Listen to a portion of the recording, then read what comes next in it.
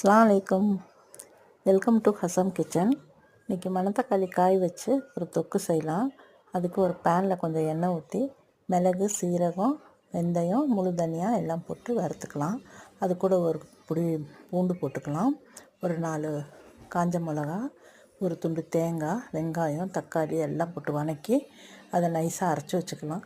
அதே பேனில் ஒரு 1/4 கப் எண்ணெய் ஊற்றி அந்த மணத்தக்காளி காயும் அதில் போட்டு நல்லா வறுத்துக்கலாம். வறுத்து தனியாக எடுத்து வச்சுக்கிட்டு அதே பேனில் இன்னும் கொஞ்சம் எண்ணெய் ஊற்றி வெந்தயம், வெங்காயம், ஒரு 2 பல் பூண்டு, கருவேப்பிலை எல்லாம் போட்டு தட்டி வதக்கிக்கலாம். வதக்கி ஒரு தக்காளியும் போட்டு வதக்கிக்கலாம். அந்த மசாலா அரைச்சி வச்ச மசாலாவையும் அதில் கொட்டிக்கலாம்.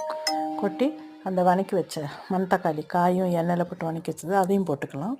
போட்டுட்டு ஒரு கோலி அளவுக்கு புளி கரைச்சி ஊற்றிக்கலாம்.